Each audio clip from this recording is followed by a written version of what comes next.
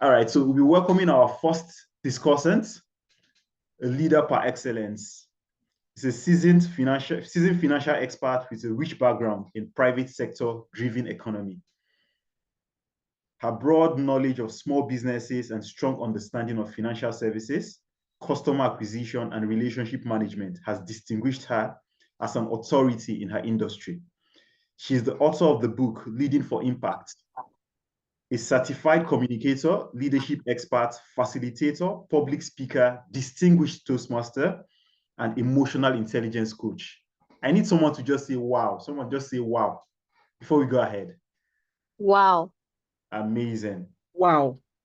She's also the past division director for Toastmasters International.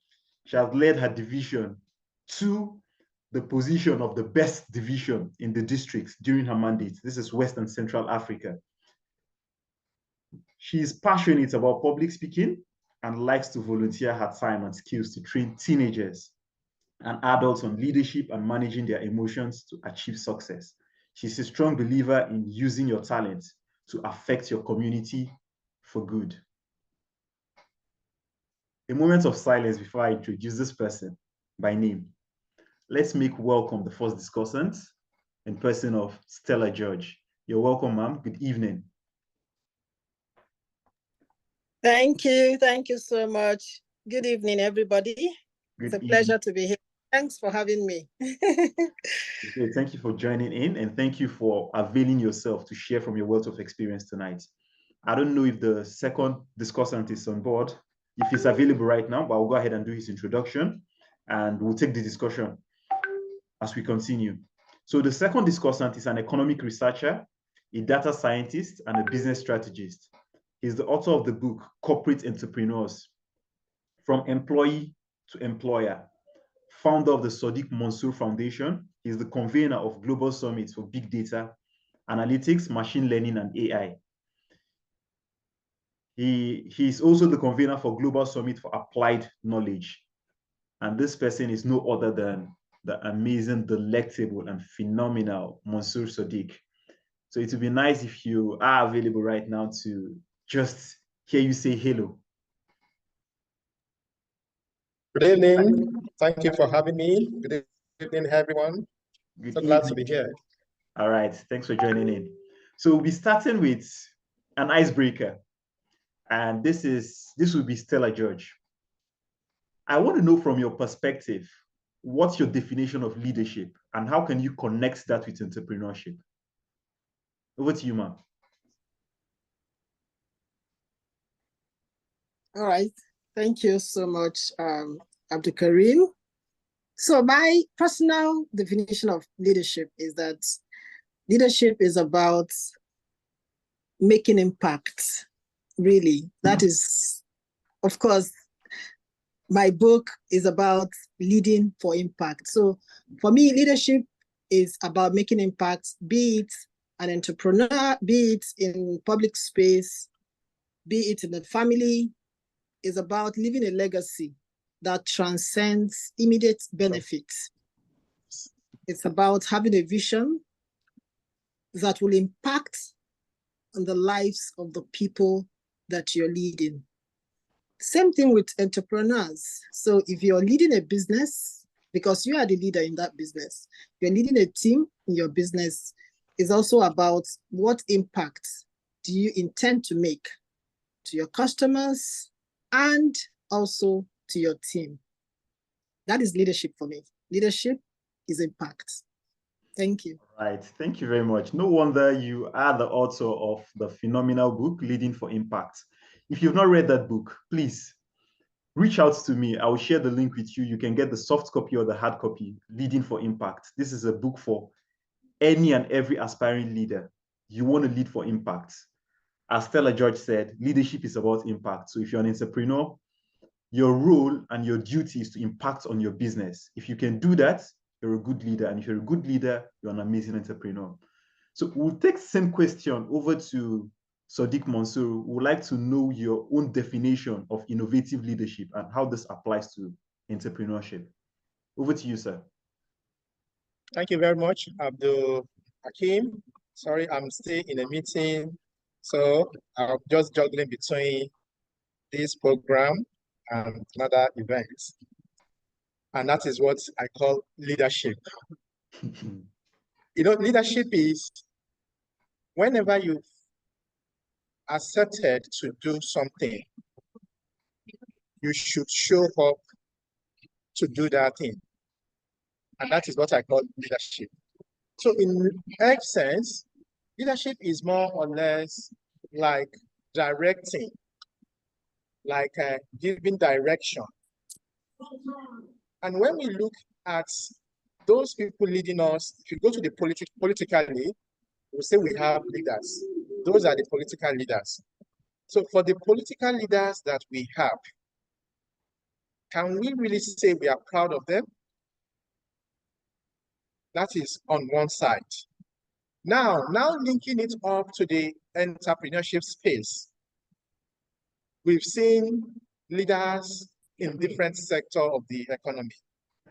Let's take, for example, the Dangote of this world. Why do we call them leaders in their sector? It's because they have been able to dominate that particular industry.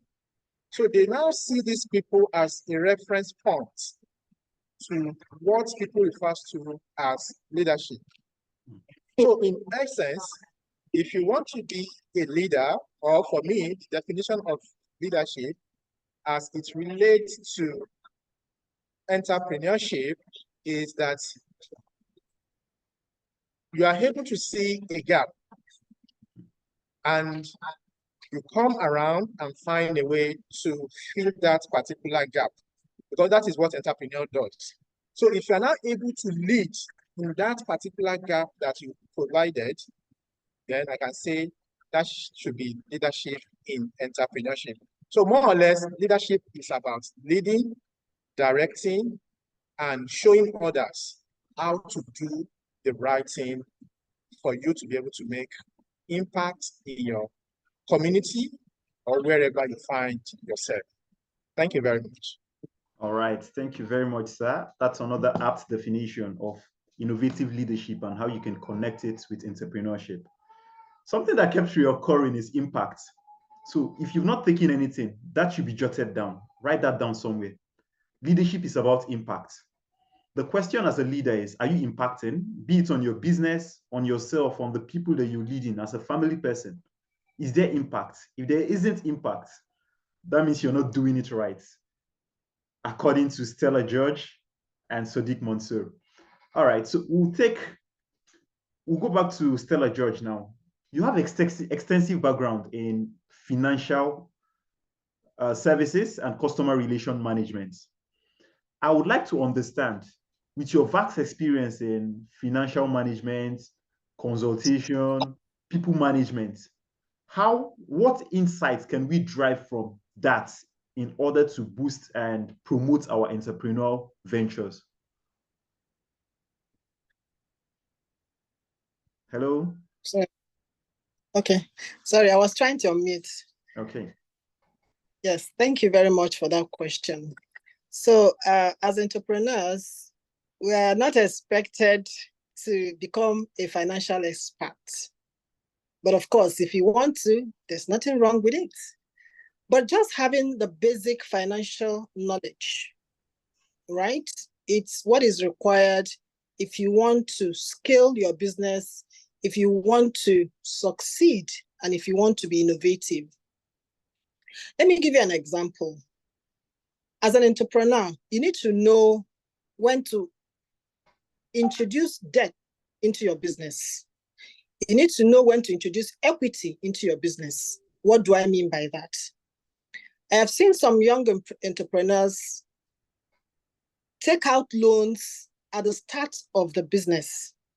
It means that they lack financial literacy. What I mean is that at that point, the question is, do you really need to take out a loan to boost your business? Or what you need at that point is equity. So you begin to ask yourself, how do I raise equity? There are some businesses that you do not need to go to the bank to start. There are some businesses that you don't even need to use your own money, your own capital to start. So having financial knowledge, the basic knowledge, understanding will help you as an entrepreneur so that you don't run into debt. That's one. The second thing is you know when to invest in a capital asset or when to invest in an operational asset. Let me give you an example also. So I hear someone tell me that, madam, I'm looking for money to buy goods. I'm looking for money to do this. And I asked, I said, what happened to the money you are using to do your business? And she goes, well, I used it to buy a land. That is a mismatch. That shows lack of financial literacy. Because at that point, you invested into a long-term asset that is not yielding you anything. However, you need day-to-day operation of your business, and you need money for it. So this is where having financial knowledge comes in. To know when to invest in a capital asset, in operational assets, so that you don't use the money you're supposed to use for the day-to-day running of your business and invest in a long term. For instance, you bought a land in a place where development has not even reached. People are not willing to buy it back. And you now tie down the money you're supposed to use to do your business. And when I talk about business, it's not just buying and selling. There are other businesses that we do as entrepreneurs. Some of us are in service industry. So you need to know where to put your money and what time to invest in order not to run short of what you need per time. See people that are supposed to be financially okay, they are supposed to be liquid, they are running helter-skelter. Why? Because they have invested everything they're supposed to be using in something that will not turn over anything in the next 5 to 10 years. So you need to be financially savvy, know the basic things about finances as an entrepreneur. You understand that the money you're making now, for instance, you use 1 million to start a business and you made 1.5 million. You need to know which one is your gain. You need to remove your capital, your operational expenses. The profit is the only one you can begin to spend. But you see people begin to spend their money from the capital. Oh, I invested 1 million, I made 1.5, let's enjoy. However, from that 1.5, what part of it forms part of your capital that you need to reinvest? What part of it forms part of your operational cost? And what part of it is your gain? Thank you very much. Thank you very much. That was really, really in-depth. You gave us in detail. And this is gotten from a leader. You're not, like I say, we're not taking nuggets from aspire to perspire. This is coming from experience. So thank you very much for sharing that. Now, quickly to Mansoor Sadiq, I would like to know, what is the role of data in entrepreneurship and in leadership? If you want to impact on your business, you're a leader because you're leading that business. So what is the role of data in this venture?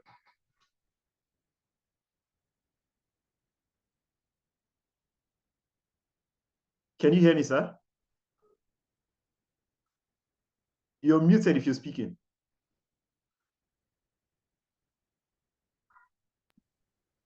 Okay, right. Can you please repeat the question? Okay, my question is, what is the role of data in leading your business or your entrepreneurial venture towards success? What's the role of data? Oh, thank you very much.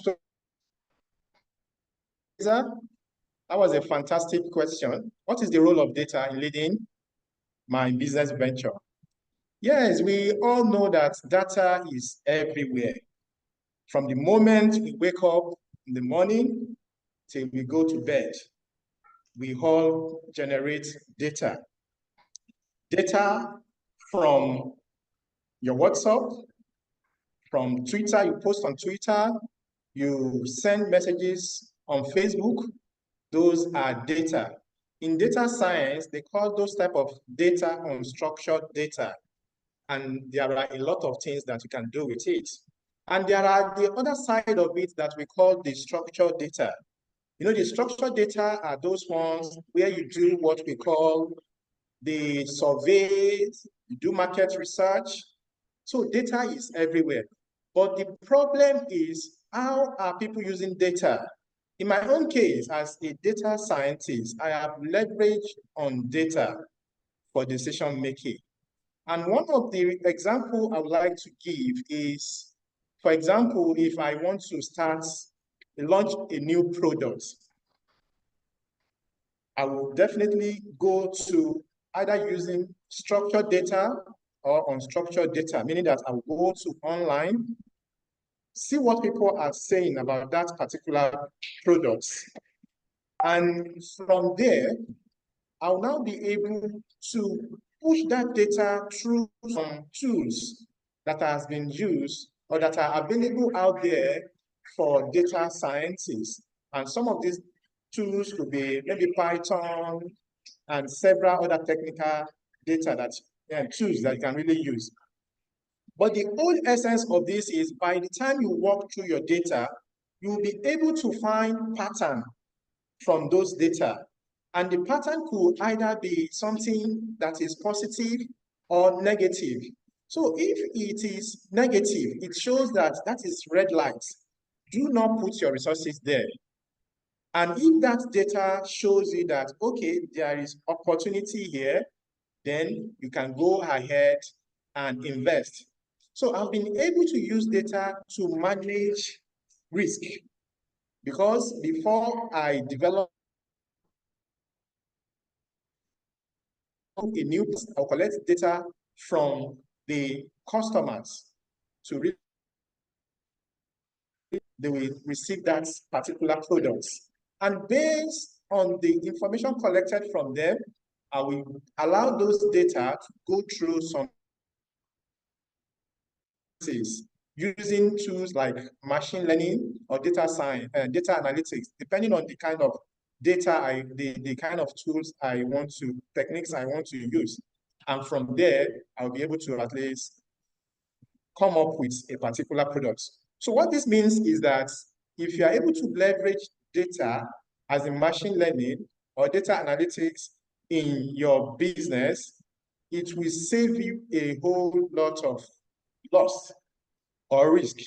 You will be able to take informed decisions. There is something we call models. These models, when we work with these models, they will be able to tell you, okay, this is the gap, this is the trend, this is the insight, and from there, you'll be able to come up with that particular solution to whatever you want to do.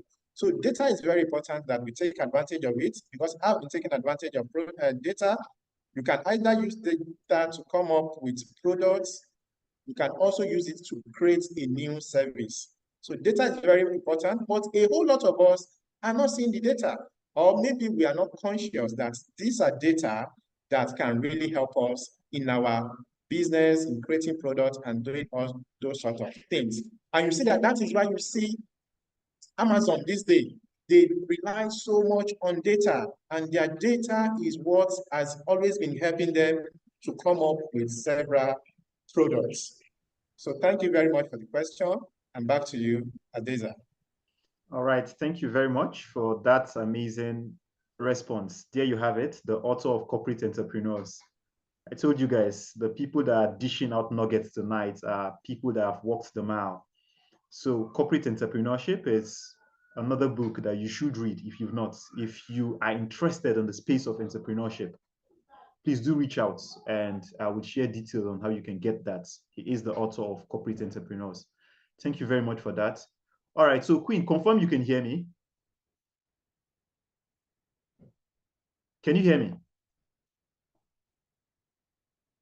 You're muted.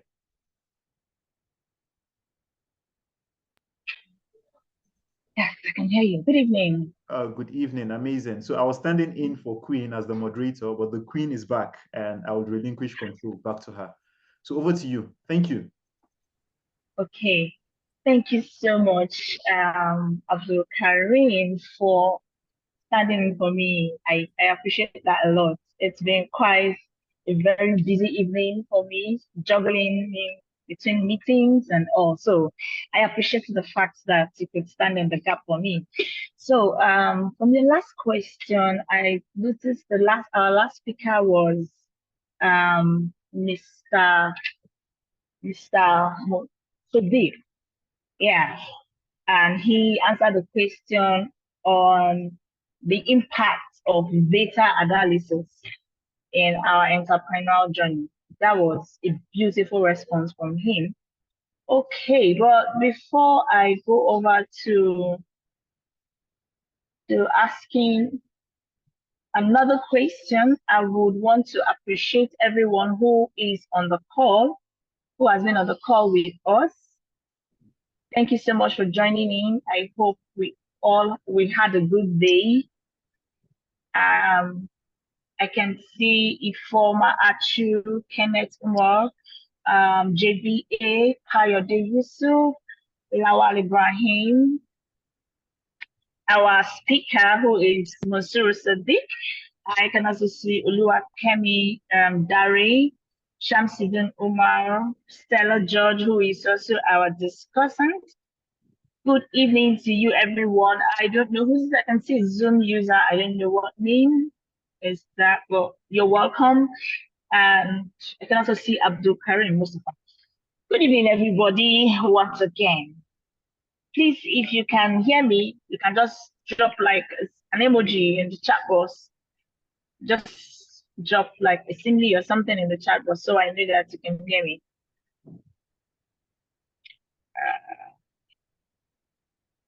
Chat. Okay, I can see my chat. Okay. Oh, yes. Thank you very much for trying to know. So I will take the next question.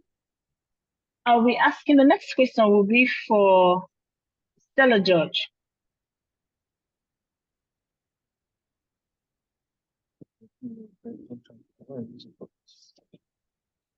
Stella George, can you hear me, please? Yes, I can. Okay, ma'am. Good to see your lovely face. And then I'm also honored to be the one to be asking you this question. All right. So the next question is, as the author of Leading for Impact and a leadership expert, can you share some of your key principles from your book that entrepreneurs can apply to bridge leadership and an entrepreneur effectively? Sorry, let me take that again. You wrote a book, as the author of Leading for Impact and a leadership expert, can you share some key principles from your book that entrepreneurs can apply to bridge leadership and entrepreneurship effectively? All right. Thank you so much for that question. Yes, I'll try to share one or two. So the first one for me would be to build an effective team. You can never go wrong when you have an effective team as a leader. Because the leader does not know it all. There are some areas that you might be lacking, and your team members will be able to support you, be it in your business, be it on the job. I think somebody is on. All right. So building an effective team is very, very important. That is one of the strategies I shared in my book. As an entrepreneur, you have people that are good in publicity, public relations, those that are good in marketing and sales, others are good in accounting. You are the leader. You are there to provide direction. You are there to provide the vision for the organization, for the company, for the team. So you must be able to build an effective team that will allow your business to thrive and scale. Very, very important. The second thing is to articulate a vision. It's very important that you know where you're going with your business. You know where you're going. Because if you don't know where you're going, you might not be able to tell people to follow you to that destination. So you need to know where you're going. Articulate a compelling vision that will inspire others to work for you, that will help them to understand where you're going and what they need to do part-time. So 2 things I've shared. First, you build a team that will augment what you're doing. Everybody will bring their strengths. Then the second thing is to articulate a vision that is compelling enough to inspire your team members to go with you all the way. That is what I would like to share with entrepreneurs this morning. So you don't do it alone because you don't know it all. As you scale in your business, you begin to bring in team members that will support you, that will also help you to grow and become more successful. Thank you.